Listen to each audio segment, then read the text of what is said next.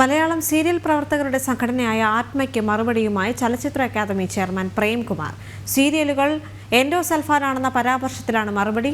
സതുദ്ദേശത്തോടെ പറഞ്ഞ കാര്യങ്ങൾ പലതരത്തിലാണ് വ്യാഖ്യാനിക്കപ്പെട്ടതെന്ന് പ്രേംകുമാർ പറയുന്നു. വിവരണമായി എസ് ശാലിനി ചേർന്നുണ്ട്. നമുക്കറിയാം ശാലിനി, കഴിഞ്ഞ ദിവസം പ്രേംകുമാർ നൽകിയ ഒരു വിവാദ പരാമർശം അതിങ്ങനെയായിരുന്നു: ഈ സീരിയലുകളെല്ലാം എൻഡോസൾഫാൻ തുല്യമാണ് എന്ന് അദ്ദേഹം പറയുന്നുണ്ടായിരുന്നു. പക്ഷേ ഇത് നിരവധി സീരിയൽ പ്രവർത്തകർ ഈ ഒരു പരാമർശത്തിനെതിരെ രംഗത്ത് വരുന്ന സാഹചര്യമുണ്ടായിരുന്നു. ഇപ്പോൾ പ്രേംകുമാർ പറയുന്നത് താൻ ഒരിക്കലും മോശം ഉദ്ദേശത്തോടു കൂടി പറഞ്ഞൊരു കാര്യമല്ല, സദുദ്ദേശത്തോടു കൂടി പറഞ്ഞ കാര്യമാണ് എന്ന് പ്രേംകുമാർ പറയുമ്പോഴും അതിലെ സദുദ്ദേശം എന്തായിരുന്നു എന്ന് അദ്ദേഹം ന്യായീകരിക്കുന്നുണ്ടോ?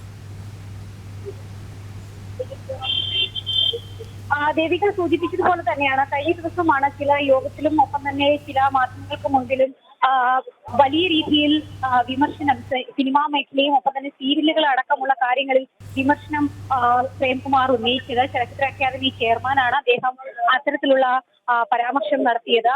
സീരിയലുകൾ ചില തെറ്റായ സന്ദേശങ്ങൾ നൽകുന്നു, എൻഡോസൾഫാന് സമാനമാണ് ചില സീരിയലുകൾ, അത് വർഷങ്ങൾ നീണ്ടുപോകുന്നു എന്നൊക്കെയായിരുന്നു അദ്ദേഹത്തിന്റെ ചില പരാമർശങ്ങൾ. അതിനെ വളച്ചൊടിച്ചു എന്ന രീതിയിൽ പിന്നീട് പ്രേംകുമാർ രംഗത്തെത്തുകയും ചെയ്തിരുന്നു. പക്ഷെ അതിനെ വിമർശിച്ചുകൊണ്ട് ആത്മയുടെ പ്രസിഡന്റ് കൂടിയായ മന്ത്രിയും സിനിമാ നടനുമായ KV ഗണേഷ് കുമാർ രംഗത്തെത്തിയിരുന്നു.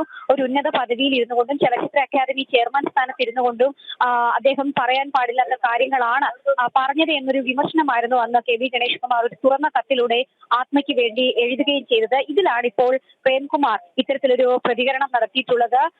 താൻ ഒരു രീതിയിലും അത്തരത്തിൽ മോശത്തിലല്ല അല്ലെങ്കിൽ മോശമായിട്ടല്ല മാധ്യമങ്ങൾക്ക് മുൻപിലോ അല്ലെങ്കിൽ ഈ സീരിയലുകളെ പറ്റി പ്രതികരിച്ചത് എന്നുള്ളതാണ് അദ്ദേഹം ഇപ്പോൾ വ്യക്തമാക്കിയിട്ടുള്ളത്.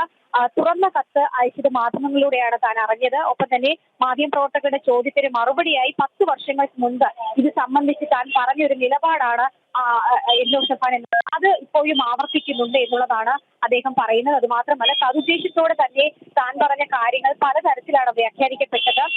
താൻ കൂടി അംഗമായ ആത്മ എന്ന അഭിനേതാക്കളുടെ സംഘടനയിലെ ഏതെങ്കിലും ഒരു അംഗത്തിന്റെ അഭിനയം മോശമാണെന്നോ തെറ്റാണെന്നോ താൻ പറഞ്ഞിട്ടില്ല. ഈ മേഖലയിൽ പ്രവർത്തിക്കുന്ന ആരെയും വ്യക്തിപരമായി അധിക്ഷേപിച്ചിട്ടില്ല എന്നുള്ളതാണ് പ്രേംകുമാർ ഇപ്പോൾ വ്യക്തമാക്കുന്നത്. ഒപ്പം തന്നെ ഉന്നയിച്ച വിഷയത്തിൽ അഭിനേതാക്കൾക്ക് ഒരു റോളും ഇല്ല എന്നിരിക്കെ അഭിനയങ്ങളുടെ മുഴുവൻ ഉത്തരവാദിത്തം തങ്ങൾക്കാണെന്ന് സമ്മതിക്കും വിധം പ്രസ്താവനയുമായി അഭിനേതാക്കളുടെ സംഘടന ആത്മരംഗത്ത് വന്നത് എന്തിനാണെന്ന് മനസ്സിലാകുന്നില്ല എന്നുള്ളതാണ് അദ്ദേഹം ഇപ്പോൾ പറയുകയും ചെയ്തിട്ടുള്ളത്. എന്തായാലും തന്റെ വാക്കുകൾ വളച്ചൊടിച്ചു വ്യാഖ്യാനിച്ചു എന്നുള്ള രീതിയിലാണ് ഇപ്പോൾ ആത്മയ്ക്ക് നടൻ പ്രേംകുമാർ മറുപടി നൽകിയിട്ടുള്ളത്.